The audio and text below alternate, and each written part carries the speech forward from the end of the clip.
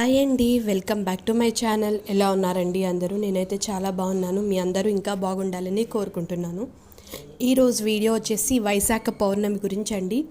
ఇప్పుడు మనం మే 12వ తారీఖున వైశాఖ పౌర్ణమిని అయితే జరుపుకుంటున్నాం. ఈ వైశాఖ పౌర్ణమి విశిష్టత మరియు తేదీ గురించి ఈరోజు అయితే వీడియోలో తెలుసుకుందామండి. ఈ 2025వ సంవత్సరం వైశాఖ పౌర్ణమి మే 12వ తారీఖు నాడు వస్తుందండి. అంటే ఈ తిథి 11వ తారీఖు సాయంత్రం 6:55 ప్రారంభమై మే 12వ తారీఖు రాత్రి 7:20 వరకు ఉంటుందండి. ఈ పౌర్ణమిని మనం బుద్ధ పౌర్ణమి అని కూడా పిలుస్తాము. అంటే ఈరోజు బుద్ధుడు జన్మించాడని, ఈ రోజునే బుద్ధుడికి జ్ఞానోదయం కలిగిందని కూడా చెప్పుకుంటారు. అయితే ఈ వైశాఖ మాసం మొత్తం విష్ణుమూర్తికి ప్రీతికరమైన మాసం అండి. ఈ మాసం అంతా మనం విష్ణుమూర్తిని పూజిస్తారు. ఈ మాసంలో సముద్ర స్నానం కూడా చేయటం చాలా మంచిదని చెప్తారు. ఈ వైశాఖ మాసంలో మనం చేసే దాన ధర్మాలు కూడా మనకి మంచి శుభ ఫలితాలను ఇస్తాయి. ఈ వైశాఖ పౌర్ణమి రోజున భావనారాయణ స్వామి కళ్యాణం కూడా జరుగుతుందండి.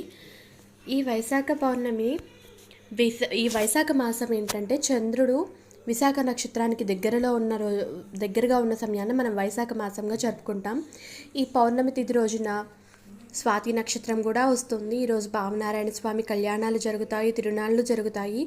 మన ఆంధ్ర రాష్ట్రంలో పంచభావనారాయణ స్వామి ఆలయాలు ఉన్నాయి కదండి. ఈ ఆలయాలన్నింటిలో కూడా స్వామివారి కళ్యాణం, తిరునాళ్ళ, రథోత్సవాలు జరుగుతాయి. ఈ వైశాఖ మాసం ఉత్తరాయణంలో ఉండటంతో ఇది అత్యంత పవిత్రమైన మాసంగా కూడా మనం పేర్కొంటారండి. ఈ వైశాఖ పౌర్ణమి రోజున అన్నమాచార్య జయంతి, శ్రీ కూర్మ జయంతి కూడా జరుపుతారనమాట.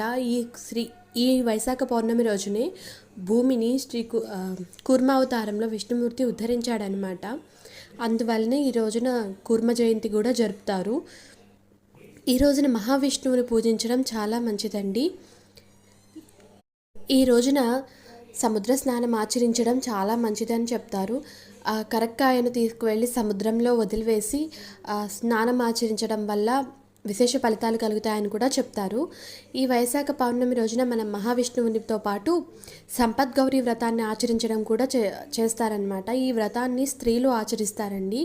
సంపదలు కలగాలని, లేదా మంచి భర్త రావాలని, మంచి వరుడు రావాలని, జీవిత భాగస్వామితో సుఖంగా ఉండాలని పసుపుతో గౌరీదేవిని చేసి పూజించి ఆ గౌరీదేవిని ముత్తైదువులకు వాయనం ఇవ్వడం చేస్తారు. ఈ వ్రతం మళ్ళీ ఉద్యాపన కూడా 1 సంవత్సరం తర్వాత చేస్తారని అంటారు. అంటే ఈ సంవత్సరం మొత్తం శుక్రవారాలు అట్లా సంపద్గౌరీ వ్రతాన్ని ఆచరిస్తారనమాట. ఇక్కడ ఈ రోజున మళ్ళీ సత్యనారాయణ స్వామి వ్రతం చేయటం చాలా ఉత్తమం అండి. ఈ రోజున సత్యనారాయణ స్వామి వ్రతం చేసేవారికి ధన సంపదలకు లోటు అనేది ఉండదన్నమాట. వైశాఖ పౌర్ణమి రోజు చేసే దాన ధర్మాలకు కూడా అనేక శుభ ఫలితాలు ఉన్నాయండి. ఈరోజు ఆకలితో ఉన్నవారికి అన్నదానం చేయటం, గొడుగు, చెప్పులు, వస్త్రదానం ఇలాంటివి చేయటం వల్ల పుణ్యఫలం దక్కుతుంది. అలాగే గయాలో స్నానం ఆచరించిన పుణ్యం లభిస్తుందని కూడా పురాణాలు చెప్తున్నాయి. ఈ వైశాఖ పౌర్ణమి రోజున జ్ఞాన పౌర్ణమి కూడా జరుపుకుంటారండి. ఈ రోజున జ్ఞానం లభిస్తుంది. ఈ రోజున పూజ చేసే వాళ్ళకి జ్ఞానం లభిస్తుందని కూడా చెప్తారు.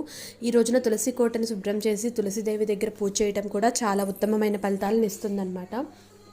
ఈరోజు కూడా ఉపవాసం ఉండేవాళ్ళు ఉపవాసం ఉండి సాయంత్రం భోజనం చేస్తారండి. ఈ రోజున విష్ణుమూర్తిని, లక్ష్మీదేవిని కలిపి పూజిస్తే చాలా మంచిది తులసి దళాలతో. ఈరోజు సంపద్గౌరీ వ్రతంతో పాటు ఇంకా చాలా రకమైన వ్రతాలను కూడా ఆచరించుకుంటారు.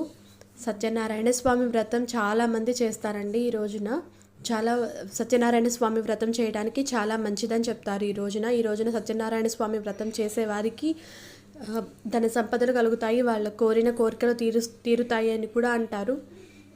అలా ప్రతి సంవత్సరం కూడా వైశాఖ పౌర్ణమి రోజున సత్యనారాయణ స్వామి వ్రతాన్ని అయితే ఖచ్చితంగా ఆచరిస్తారండి. ఇంకా ఈ వీడియో అయితే ఇంతటితో ఆపేస్తున్నానండి. మీకు ఈ వీడియో నచ్చితే లైక్ చేయండి, షేర్ చేయండి, కమెంట్ చేయండి, సబ్స్క్రైబ్ చేయండి. మరో మంచి వీడియోతో మళ్ళీ మిమ్మల్ని కలుస్తాను.